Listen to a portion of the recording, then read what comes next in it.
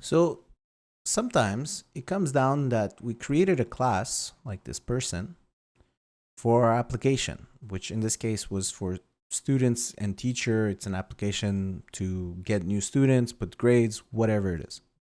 And we created this class, base class person, so that my student class and my teacher class could extend it. So you could derive from that class and inherit some fields or some functionalities. But sometimes we created that class, we don't want that class to be possible to use. But if you notice, because we created this base class, we could create that object. And this could become problematic because person should have nothing to do with my student teacher application. So sometimes we need a base class to inherit things and make our code much cleaner, better, and so forth, so on, but we don't want it to be able to be created. In this case, we'll make this into an abstract class. Abstract class is a class that's in between a concrete, one that you could create an instance of, and an interface class, one that's there just for contracts. So give you a set of rules when you're creating that class. So the moment I make this abstract, we could still inherit from it. We could still get all the functionalities and override it like normal, and we could still create fields and so forth, so on in it. However, we cannot create an instance of this, and this is important. So this allows us a lot of power because now I made my code cleaner, and if ever I change anything in here, it will change it in all derived classes. I still have my constructor and all of that, but I could never create a new instance of it. Right? So it gives me a lot of power. Now, a second extra thing we talked about was that this is an in-between class from a concrete class, like these ones that we have,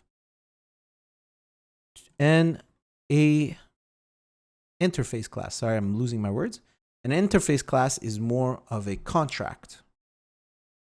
So because it's in between, we could do both inside this. And we're going to talk about interface not too probably in the few videos.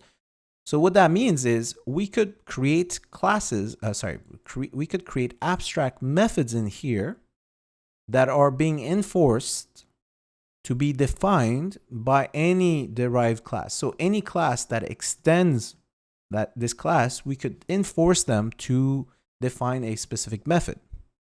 Such as, let's say this talk, if I wanted to, I could make it that I don't define the body here, but any subclasses will have to do it.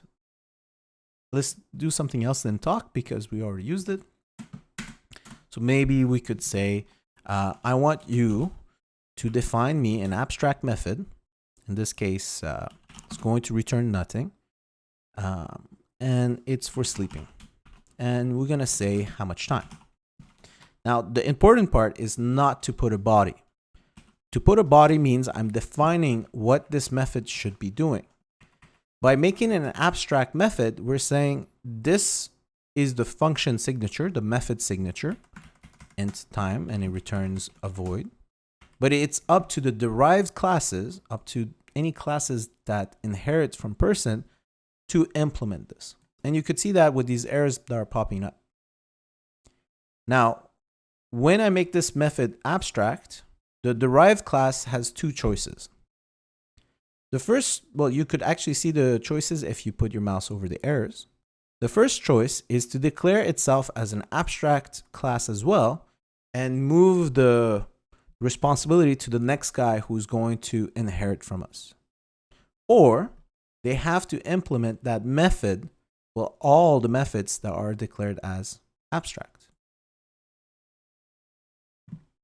So you could see here, we're overriding like we normally do, but here we're forced to override. This talk, we overrode it because we wanted to change the functionality of it. We don't want to talk like we did before. We don't want to say first name says message. We wanted to say message was said by first name, whatever this was. In the case of sleep, though, we are forced to override it and to declare the body. We're forced to define what sleep does for students. And again, here we're going to go and put the access modifier.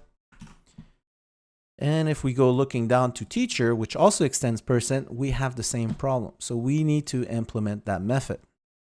So in this way, we're forcing all classes, all concrete classes that could be created to implement a method called sleep. What they do inside of that, it's up to them, but this sleep needs to be implemented, and it needs to keep the same method signature. So again, the keyword override, if I go ahead and change something, the naming doesn't matter, it's the type. So here, if I change the name, it doesn't matter, it's still good. If I change the method name, this is wrong because we're not overriding this. This does not work. So we have to keep the same name, the same parameter type, and this would be our method signature. If it returns something, and in Java, we're allowed to, well, not in Java, we're not allowed to, sorry. We're not allowed to change the return type. Sleep int, attempting to use incompatible, blah, blah, blah. Okay? So, which is a bit weird, something I don't like in Java, because the return type is not part of the method signature, while the parameter type is. But then sometimes we're not allowed to change. Anyway, doesn't matter. We'll talk about this as we go deeper, but different languages, different things. So this is really useful. Where would you ever use it? A great example of this would be when I need to call a method and we don't know what the method would be until the user implements that. So let's go check out an example of this. So, oh, I still have an error. Let me just fix whatever the error is. This is the part. So now knowing about abstract, where can we see this being used? So let's go back to our GUI. And if we look at our button over here, we needed to add this action listener. So this is called a event-based, I'm having a really blank thing. What do we call this? It's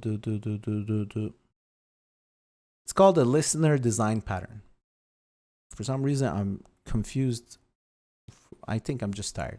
Anyway, this is called a listener design pattern or observer design pattern. You could look it up. We're going to talk about it in the next video. And this, it doesn't know how you're building the button, but it knows that when the event happens, the click happens on this button, it will call a method that you have implemented. Right now, we're using something called an anonymous class. We'll come back to it. In the next video, we'll start implementing this, and you're going to see how abstract is going to help us, not knowing the future, but being able to utilize it. Not a great example, but it's good enough for now, and we'll work on it as we go further. See you then.